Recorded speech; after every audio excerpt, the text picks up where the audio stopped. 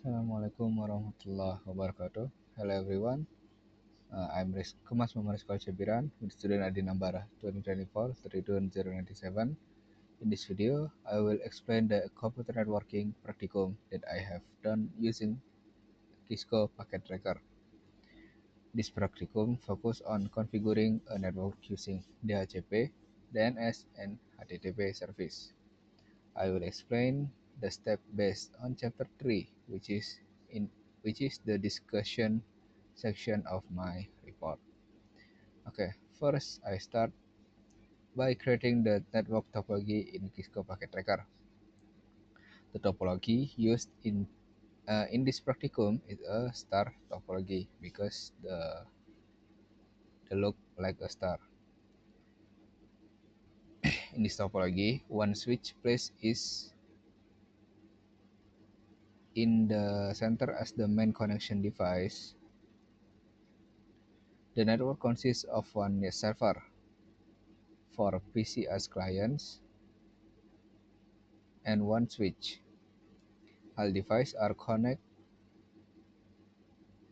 directly to the switch using copper straight through cable. Nih, here. This type of cable is used because it connects different types of device. After connecting all device, the port indicator on the switch turn green, which show that the physical connections are working properly. After the topology is complete, the next step is configure a IP static IP address on the server. The server configured with a static IP because it acts as the central service provider in the network. I configure the server through the desktop menu, and IP configuration.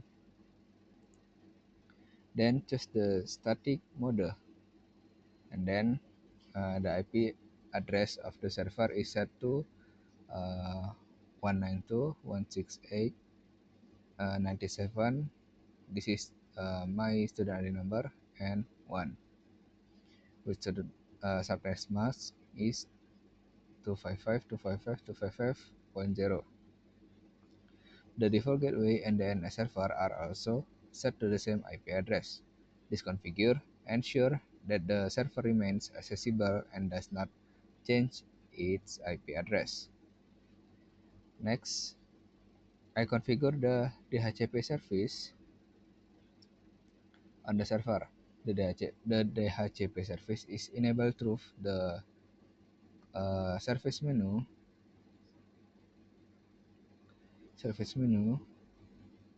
The network address I use is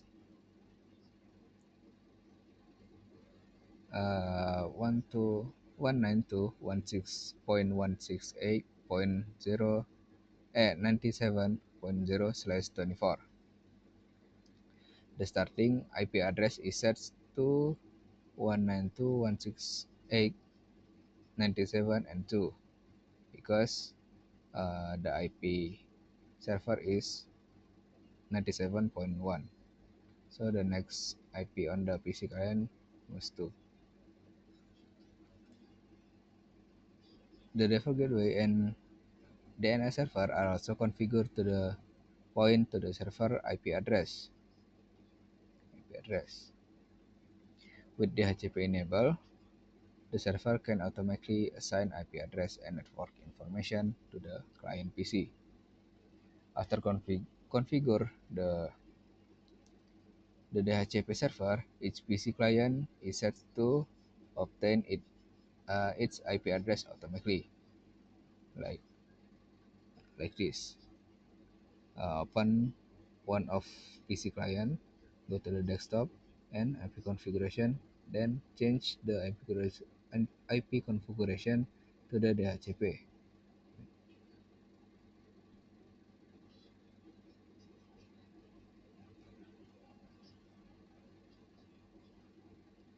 Okay, like that. After a short moment, each PC successfully retrieved an IP address, certain must default gateway, and then a server from the DHCP server. This indicates the DHCP service is working correctly and the client are properly connect to the same network. Okay, next is configuring the web service on the server or the HTTP. The HTTP service uh, is activated through the service menu by setting the HTTP status to on.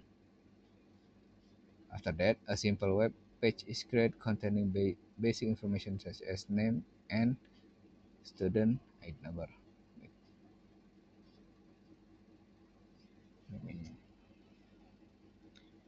Is name, student ID number, class, and mata kuliah and topic. To test the web service, I access the server IP server IP address using the web browser of one of the PC. Let me try it. Uh, go to one of the PC, go to desktop and web browser. Then type the address of IP server.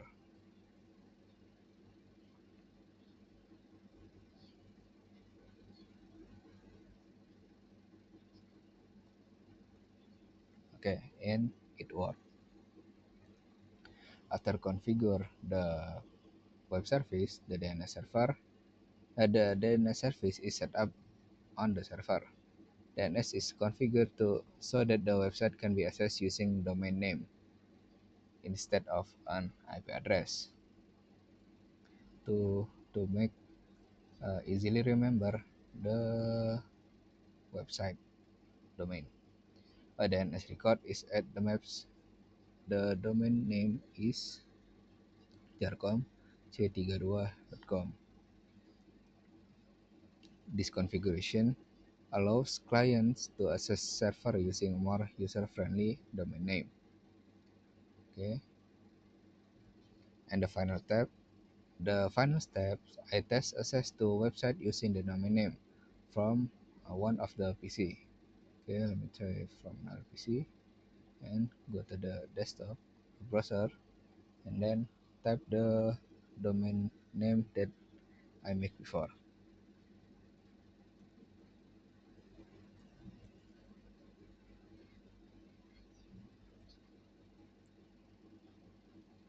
The website load successfully. We show the DHCP, DNS, and HTTP service are all working together correctly. This confirms that the network configuration has been successfully complete. Uh, Maybe that's all of my practicum in this video. Wassalamualaikum warahmatullahi wabarakatuh.